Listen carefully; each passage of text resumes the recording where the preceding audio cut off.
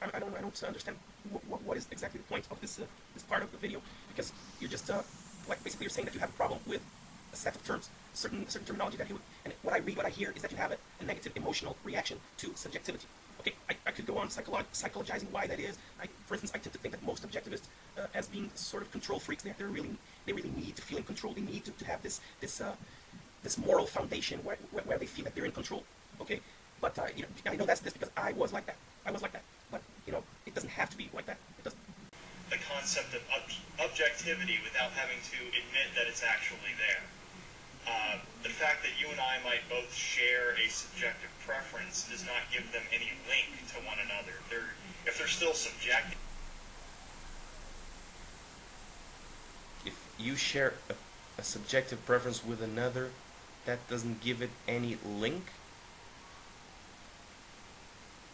I mean, you are linked to that person in terms of that preference. In principle, you will cooperate with that person to the fulfillment of your shared goal. You have a reason for acting in that way. Completely subjective, then mine could change at any moment, yours could change at any moment. We could have any number of other preferences that end up overriding that preference depending on the context. There's no such thing as intersubjective. There's only subjective and objective.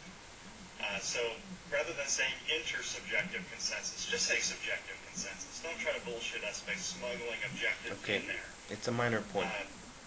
The other problem with intersubjective consensus is that consensus does not mean fact.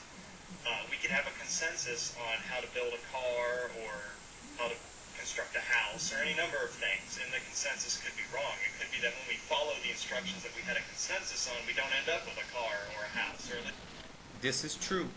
And because of this awesome logic, I can totally say that, for instance, wishing doesn't make it so. That's a terrific principle and observation.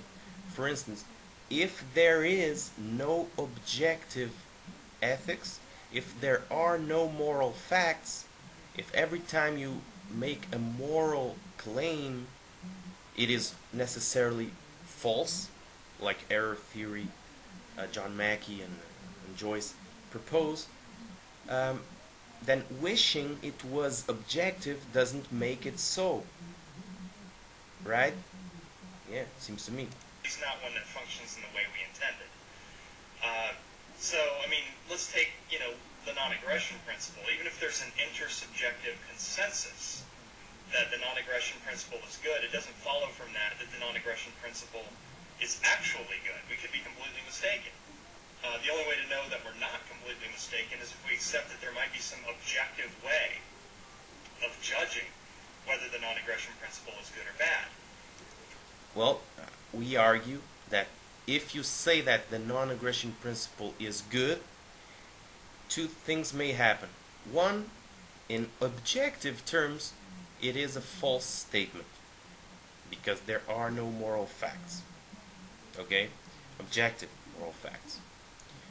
But if you regard the question in terms of, in more emotivist terms, where you are assigning to moral language an aspect of sharing your feelings, how you feel in regards to something, or even if you are talking about that objective relationship that I talked about, in terms of the non-aggression principle is good too, because it is such as to fulfill certain desires. For example, the desire for a peaceful, relaxed life may be objectively served by the non-aggression principle. Okay? But that's it.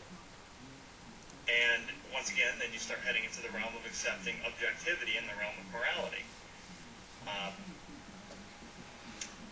And the thing is, I'm not sure why ethical nihilists and ethical subjectivists are so concerned with there being an objective political theory or something that's accepted generally as an objective political theory. And I'm sorry, Xomniverse, but I don't understand why you say that they are. Because as far as I know, in terms of meta-ethics, right now, I'm very close to ethical nihilism in terms of meta-ethics, not necessarily the normative ethics.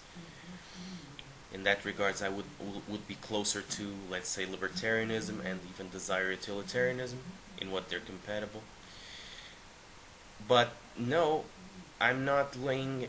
I'm certainly not making an objective claim of truth in regards to ethics. So it is not true that they are making such claim. I'm an example of that, and I think you could ask Stodel, right? I think he will say the same. I don't know, but try. I mean, if morality really is completely subjective, what the fuck do you care, right? I mean, it's not like... Why do people care about their feelings and their needs? Doesn't people's subjective desires mean the world to them? I mean, people are motivated for action by their desires, by their subjective needs, by things that their mind assesses as, urges them to do, Desires are the only reasons for action there are.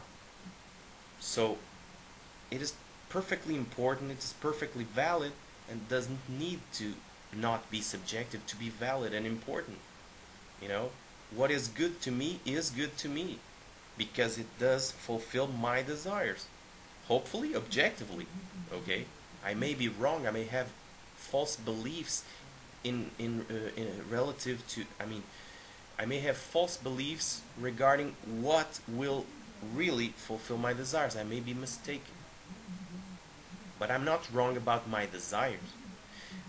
Unless I'm wrong about I shouldn't have this desire because it is incompatible with another desire, and by having this desire, I will not be able to achieve the other one, which I may rank as more important.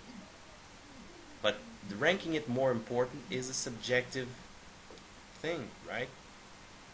And yes, I'm gonna complete next. Any certain values are better than others, right? It's not like murder is objectively bad, or theft is objectively bad, or life is objectively better than death.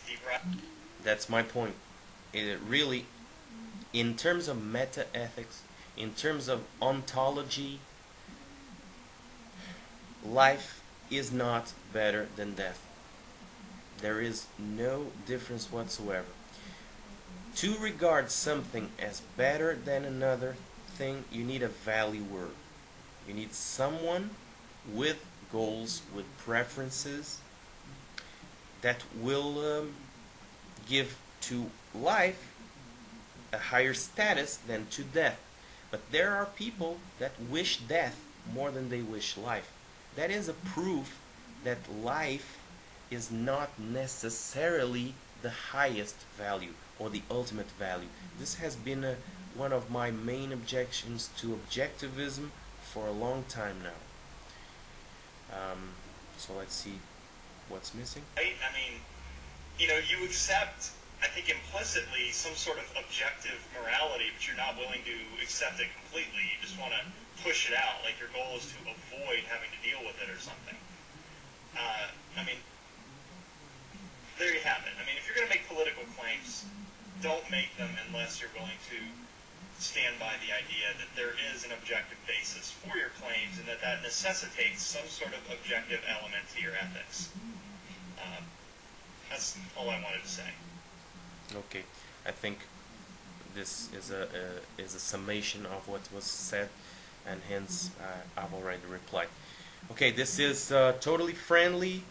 I totally admire you intellectually, Xomniverse. You're, if not the main reason, one of the 2 or 3 main reasons why I became an anarchist in the first place. But life and study has brought me into not supporting objective ethics in the way that they are usually seen. Okay, I may still use objectivity, but always inside of relativity. I will certainly not I don't see any basis for regarding ethics as an objective realm if you use the traditional meaning of the word objective, mind independent. Okay, this was my contribution. It hasn't been always like that. I thought differently in the past.